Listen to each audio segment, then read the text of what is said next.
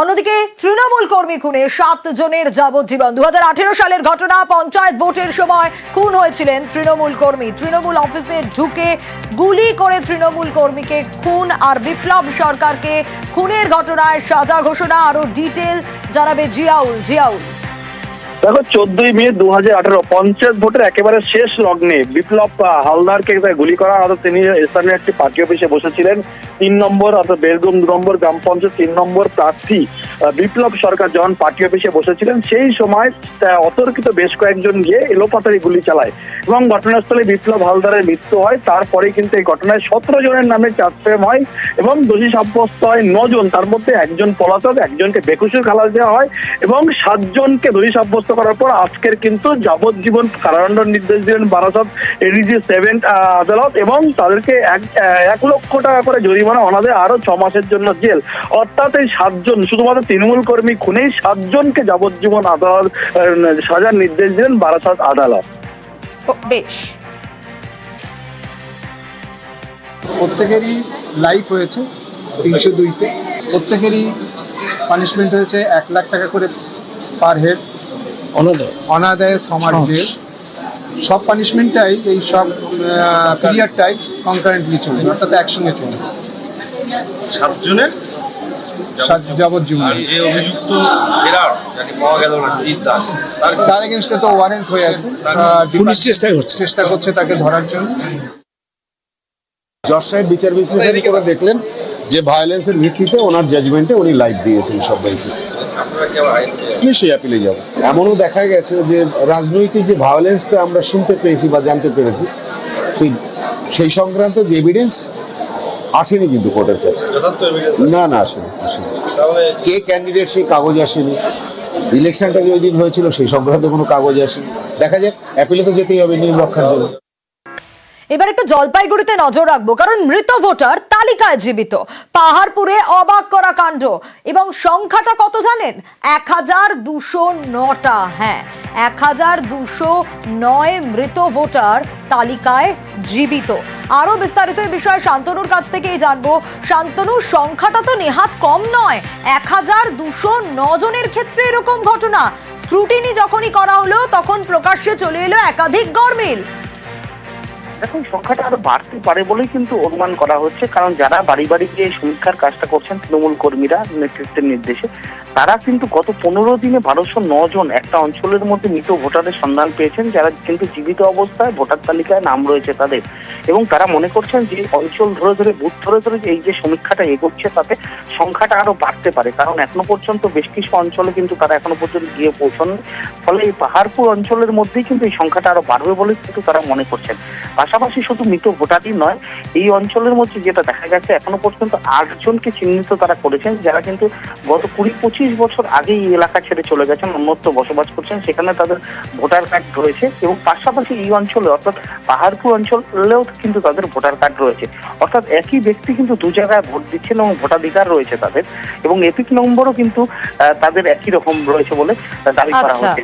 সব মিলে এই যে বড় একটা গরমিল, সেটা নিয়ে কিন্তু একটা বড় প্রশ্ন উঠছে, কারণ স্থানীয় যারা বিএলও রয়েছেন যাদের বাড়ি বাড়ি গিয়ে এই সমীক্ষা করার কাজ, এবং নতুন করে কেউ যদি ভোটার তালিকার নাম সংযোজন করা হয় বা কেউ যদি মারা যান তাদের সংযোজন তালিকা থেকে বাদ দেওয়ার কাজটা কিন্তু তাদেরই করার কথা, কিন্তু এতদিন ধরে সেটা হয়নি।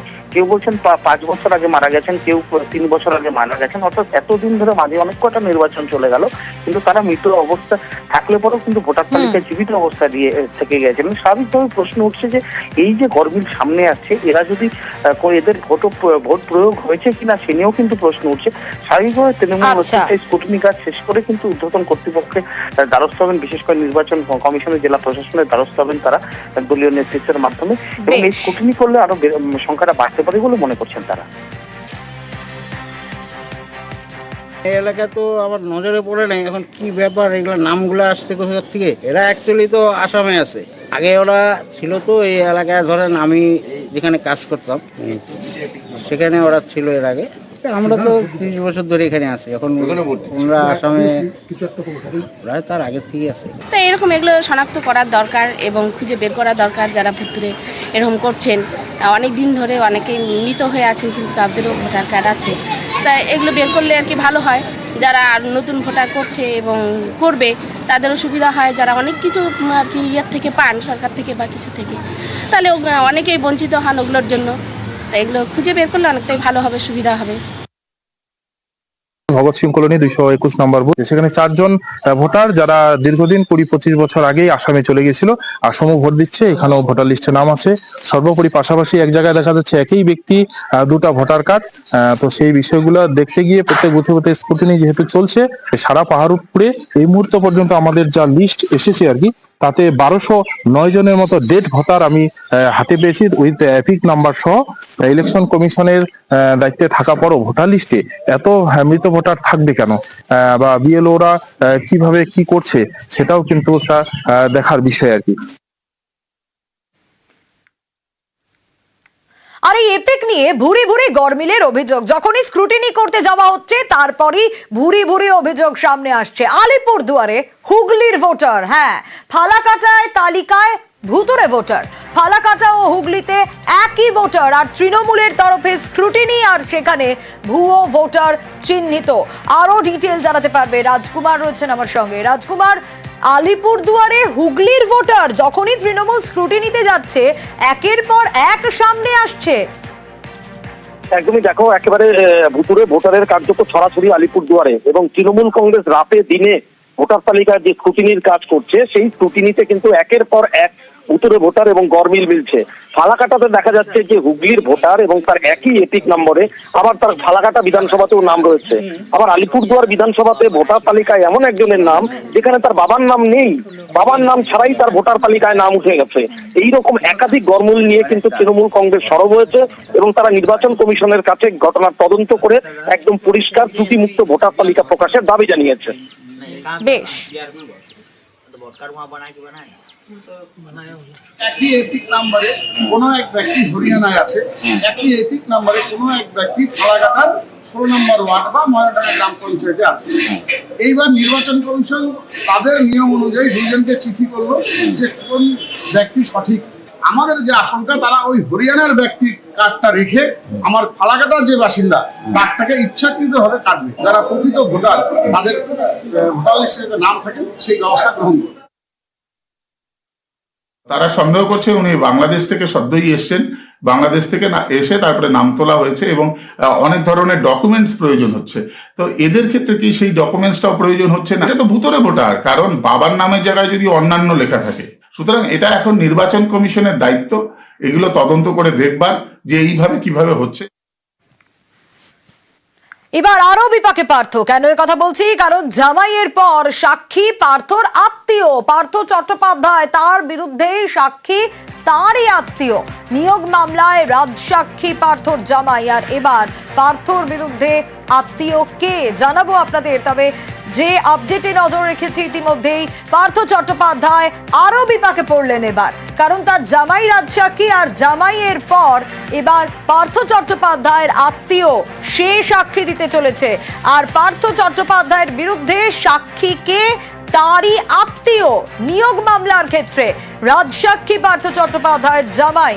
আর এবার পার্থ চট্টোপাধ্যায়ের বিরুদ্ধে কে সাক্ষী দিতে চলেছেন, আরো ডিটেল জানাতে পারবে অমিত, রয়েছে আমার সঙ্গে। অমিত, এর আগে আমরা দেখেছি যে রাজসাক্ষী পার্থ চট্টোপাধ্যায়ের জামাই, এবার বিপাকে পড়লেন আরো এক আত্মীয়, তিনি এবার সাক্ষী দেবেন। কে সে? দেখো, কৃষ্ণচন্দ্র অধিকারী তার নাম, এবং তিনি ইতিমধ্যে আদালতে তাকে তার সাক্ষ্য গ্রহণ পর্ব শুরু হয়েছে। ইডির প্রাথমিক দুর্নীতি মামলাতে ইডির তরফে যে সমস্ত সাক্ষীর তালিকা আদালতে পেশ করা হয়েছে, সেই সাক্ষী তালিকার মধ্যে কৃষ্ণচন্দ্র অধিকারীর নাম রয়েছেন। তিনি পার্থ চট্টোপাধ্যায়ের আত্মীয় বলে জানা যাচ্ছে। ইতিমধ্যেই 18 তারিখ থেকে এই কৃষ্ণচন্দ্র অধিকারী সাক্ষ্য গ্রহণ পর্ব শুরু হয়েছে ইডি বিশেষ আদালতে। 18 তারিখ এবং 20 তারিখ, 18 তারিখ প্রথম তার সাক্ষ্য গ্রহণ হয়, এবং আজকে তার দ্বিতীয় দিন ছিল সাক্ষ্য গ্রহণের। এবং এই কৃষ্ণচন্দ্র অধিকারী পার্থ চট্টোপাধ্যায়ের বিরুদ্ধে এই প্রাথমিক শিক্ষক নিয়োগ দুর্নীতি মামলায় সাক্ষী দিচ্ছেন আদালতে। এবং ইডির তরফে যে তালিকা জমা দেওয়া হয়েছে আদালতের কাছে, কৃষ্ণচন্দ্র অধিকারীর নাম রয়েছে, এবং 18 তারিখে তিনি সাক্ষী দিয়েছেন প্রথম, এবং তৃতীয় দিন ছিল এই সাক্ষ্য গ্রহণের। এবং ইডির তরফে যে সাক্ষী তালিকা রয়েছে, সেই তালিকায় কিন্তু এই কৃষ্ণচন্দ্র অধিকারীর নাম রয়েছে। বেশ,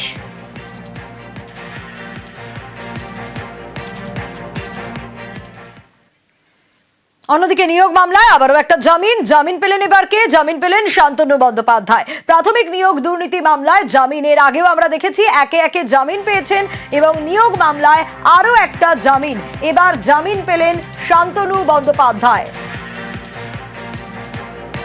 প্রাথমিক নিয়োগ দুর্নীতি মামলায় একের পর এক জামিন পেতে দেখা গেছে এবং এবার আরো একজন জামিন পেলেন শান্তনু বন্দ্যোপাধ্যায়।